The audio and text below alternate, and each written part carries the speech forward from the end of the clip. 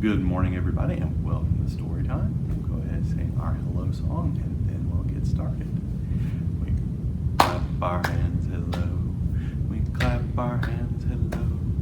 With our friends at Storytime, we clap our hands hello. We wave our hands hello. We wave our hands hello. With our friends at Storytime, we wave our hands hello.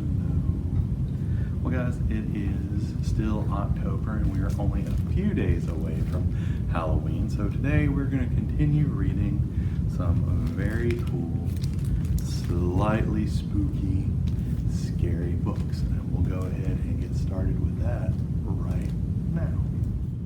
My First Halloween by Tomie, dePaola.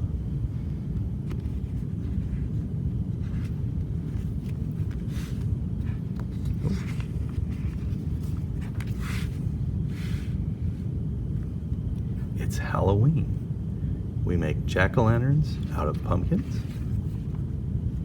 We make black cats, ghosts, bats, owls, and witches too.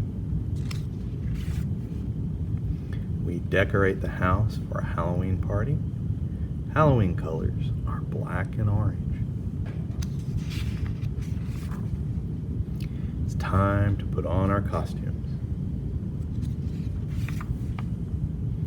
We all go out trick-or-treating together.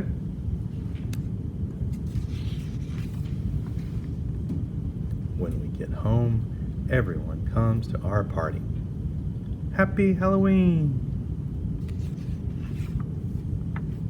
And that is the end.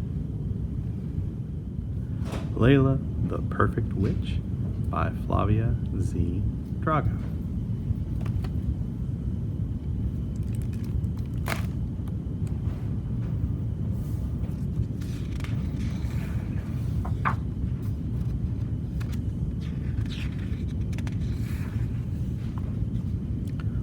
Far and wide, Leila Wayward was known for being an extraordinary little witch. She lived with her Baba and three big sisters, Adelpha, Fur, and Lucy, in their cozy gingerbread house. She was always the fastest flyer, the most cunning conjurer, the sneakiest shapeshifter, and the craftiest carver in her coven.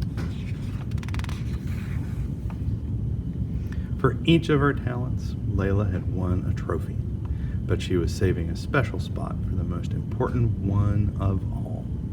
Her dream was to win the magnificent witchy cake-off. Don't worry, Basil, this is going to be easy peasy.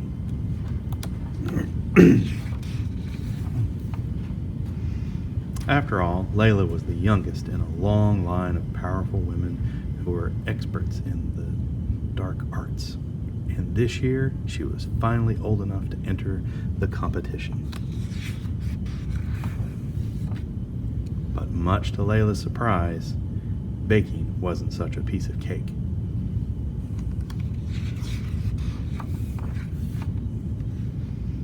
Of course, Leila wasn't going to give up. I want to be as good as everyone in my family, she thought. Leila, want to chase fairies and forage for mushrooms? But if she wanted to win, there would be no time to go out and fly, no time for carving pumpkins, and definitely no time for fun. Leila was, after all, a particularly determined witch. Finally, after a lot of research, Leila found the perfect recipe. Mix the mandrake and nightshade, now blend it with the wool of bat. For a cake of powerful taste, watch it bubble and let it bake. And after a lot of experimenting and hard work, she was about to make the most magical disaster.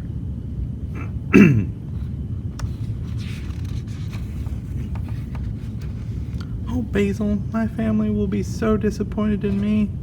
I'll never be a true wayward. But as it turned out,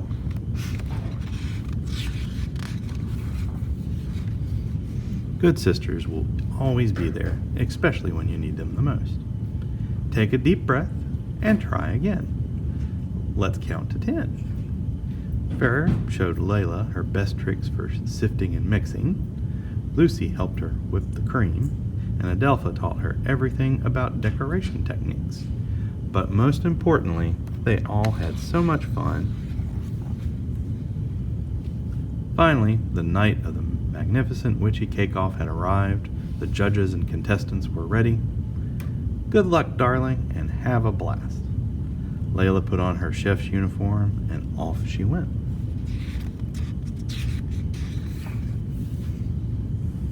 Little by little, take a deep breath. Let's count to 10 and try again. She got there. Leila made it to the final. And now the winner is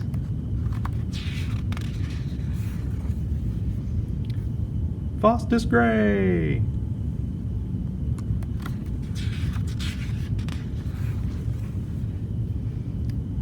So in the end, Leila didn't win that trophy. We are so proud of you. But losing wasn't as terrible as she imagined it might be. And you know what? When she was having fun, she felt like a winner.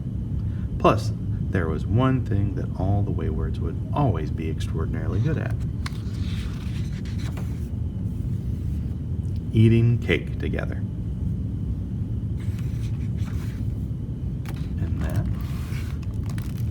is the end. Bonaparte Falls Apart by Margery Cuyler. Illustrations by Will Terry.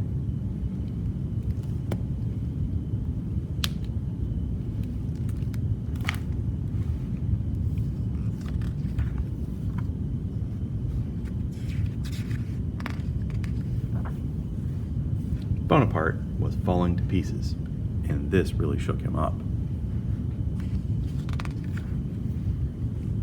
Especially when he rode his bike, or played catch, or visited the doctor's office.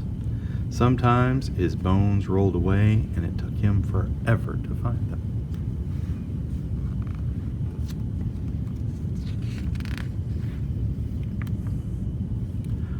What will happen when school starts? Bonaparte asked his friends as his hand clacked to the sidewalk.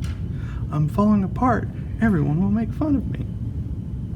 I have an idea, said Frankenstein, clicking Bonaparte's hand into place. Let's glue and screw your bones together. So Frankenstein glued and screwed and screwed and glued, but when he was finished,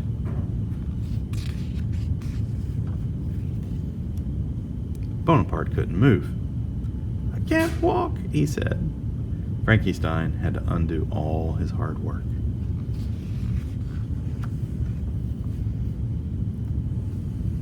I have another idea, said Blacky Widow. I'll spin and pin and web around you.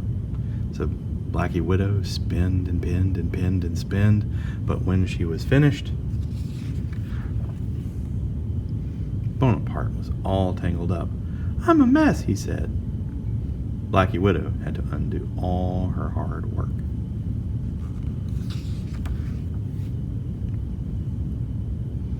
I have the best idea of all, said Mamicula. I'll wrap and strap your bones in place. So Mamicula wrapped and strapped and strapped and wrapped, but when he was finished, Bonaparte couldn't see. Where is everybody? He asked in a muffled voice.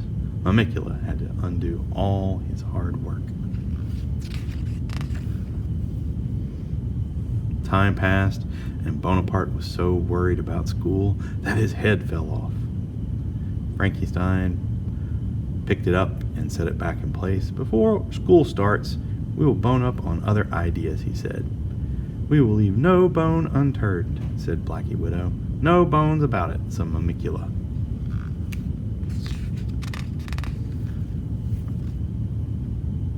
But none of the ideas they came up with seemed just right, until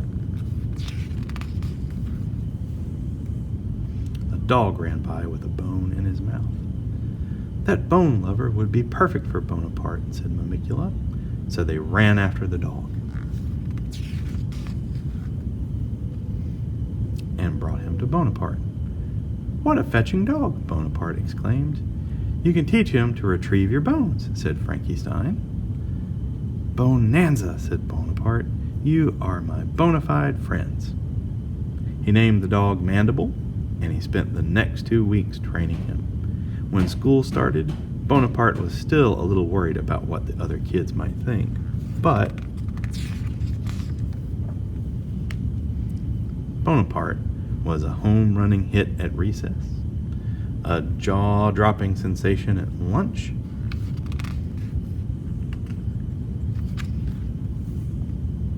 and a rib-tickling wonder in science class. Bonaparte could hang loose without anyone making fun of him, and this made him very happy. Clickety-clack! And that is the end.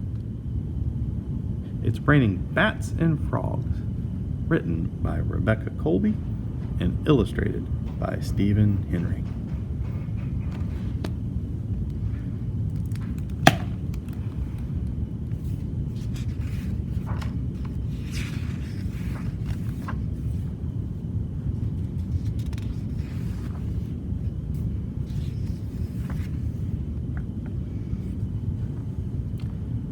Every year, dePaola looked forward to flying in the witch parade.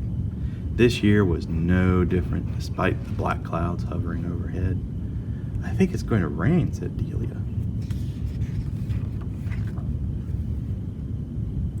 It did rain, hard. The witches were wet and miserable. It's raining on our parade, wailed one. Positively pouring buckets, moaned another. That gave dePaola an idea.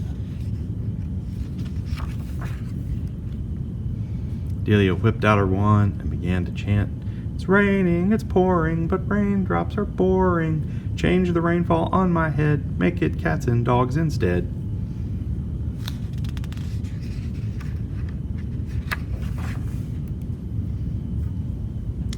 The witches were thrilled at first.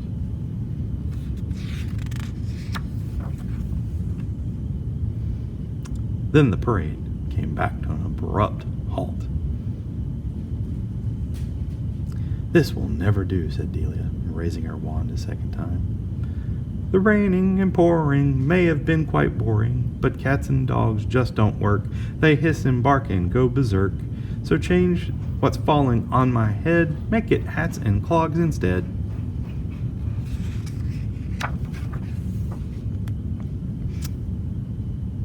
The witches were overjoyed at first.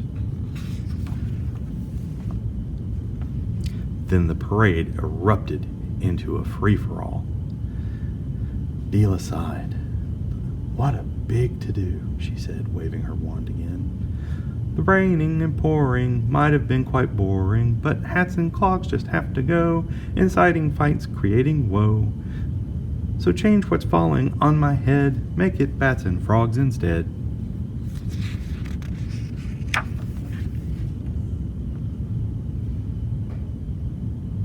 The witches were ecstatic at first.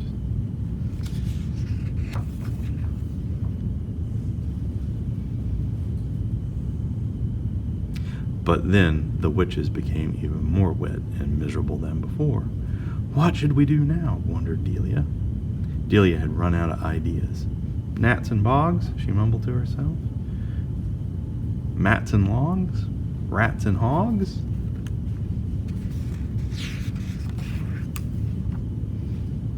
The more dePaola thought about it, the more she realized there was only one thing to do.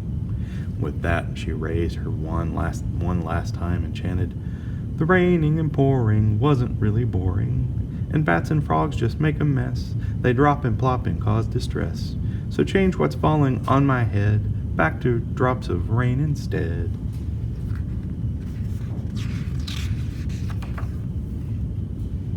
The witches were relieved. The parade soon proceeded, and the longer it rained, the more exciting the parade became. The floats began to float. The marching band learned synchronized swimming.